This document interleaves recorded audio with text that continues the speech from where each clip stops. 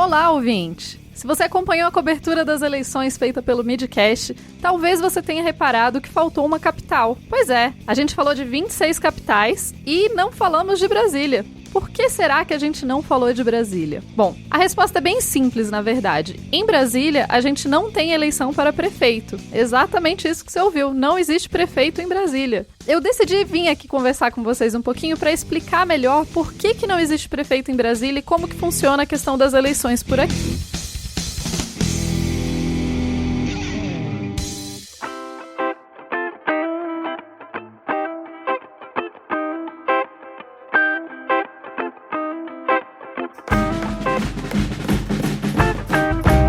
Brasília fica dentro de um quadradinho que a gente chama de Distrito Federal, certo? O Distrito Federal, ele não é exatamente um estado. Ele mistura funções de estado e de município. E isso foi definido pela Constituição em 88. A Constituição diz, no artigo 32, que o DF vai acumular essas duas funções, de estado e município. Além disso, a Constituição diz claramente que o DF não pode ser dividido em municípios. Ou seja, o quadradinho é indivisível. Ele tem que ser governado de uma forma inteiriça. E para ele ser governado de uma forma inteiriça, foi estabelecido também na Constituição que ele vai ser governado por um governador, e esse governador vai ser eleito por voto popular na mesma eleição da eleição dos outros governadores e de presidente da República. Sendo assim, quem mora no DF só vota a cada 4 anos. Bom, e talvez você se pergunte, e vereador? Não tem vereador? Não tem uma Câmara Legislativa no DF? Tem uma Câmara Legislativa, mas ela não é composta de vereadores. Ela é composta de deputados distritais, que são parecidos com deputados estaduais, mas meio misturados com vereadores. A gente também só vota neles no mesmo momento que a gente vota para governador, ou seja, a cada 4 anos, e eles compõem essa Câmara Legislativa. São 24 cargos nesse momento. E o Distrito Federal, talvez dê para perceber pelo mapa, é um tanto quanto maior do que uma cidade simplesmente. Então, isso gera algumas questões, né? Como que esse governador vai cuidar dessa região, que é um tanto quanto maior que uma cidade normal, e fazer com que as questões da população como um todo sejam atendidas. Como vocês devem desconfiar, nem sempre as questões da população são atendidas de verdade, mas ainda assim, o Distrito Federal é dividido em regiões administrativas. As regiões administrativas, elas funcionam mais ou menos como regiões administrativas. Não tem muito como explicar de outro jeito. Elas são pedaços de território, então o DF é dividido em 31 regiões administrativas nesse momento.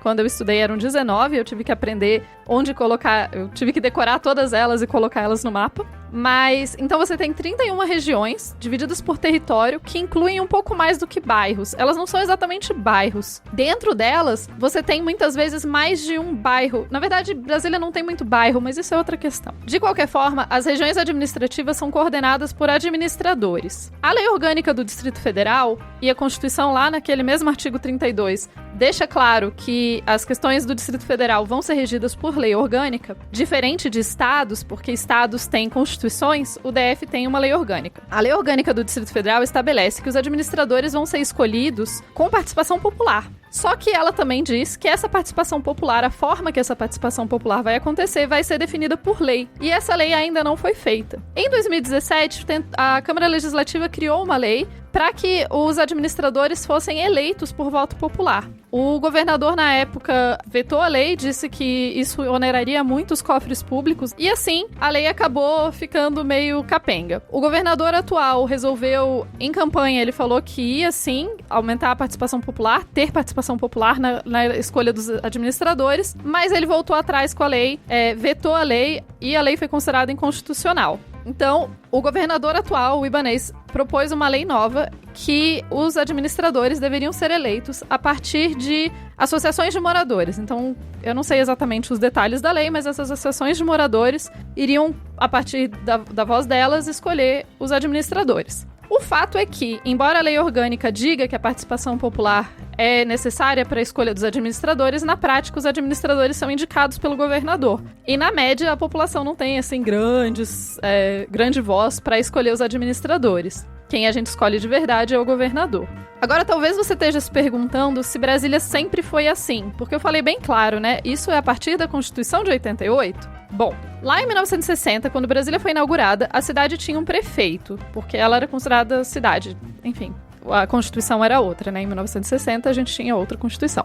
O problema é que em 1964 ocorreu o golpe cívico-militar. E a partir de então, com o país sendo governado por golpistas, eles mudaram a Constituição em 67 e a partir de 69 Brasília deixou de ter prefeito e passou a ter simplesmente governador. Eu não tô dizendo que um ou outro modelo é melhor, só contando como que aconteceu. Bom, além disso, se definiu que o governador do Distrito Federal seria indicado pelo presidente. Então, por muito tempo, a população do DF não teve direito de escolher o seu governante. Essa situação durou até 1990, então é bem recente o fato de que eleitores do Distrito Federal efetivamente votam para governador. E é isso, gente. Brasília tem várias peculiaridades, inclusive a questão da gente chamar Brasília ou Distrito Federal, eu usei os dois nomes um pouquinho...